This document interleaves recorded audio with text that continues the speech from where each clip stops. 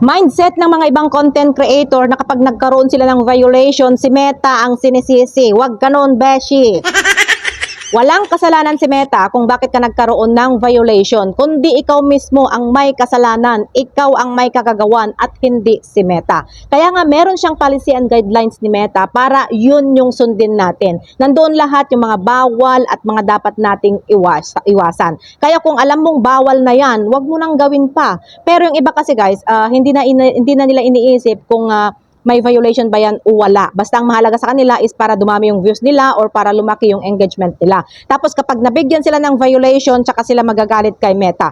Wala pong exempted kay Meta guys. Lahat tayo ay bibigyan yan ng violation kapag may nilabag tayo against community standard ni Meta. Maliit na content creator man yan o malaking content creator man yan, walang kinikilingan, walang pinoprotektahan, walang personalan, serbisyong totoo lamang.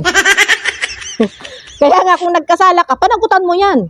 Tanggapin mo kung ano ang ipapataw sa'yo ni Meta na violation. Kasi ikaw mismo ang may gawa niyan at hindi si Meta. Kaya ang maipapayo ko lang guys sa inyo na ugaliing magbasa ng mga policy and guidelines ni Meta para maiwasan ninyo ang pagkakaroon ng violation or demonetization.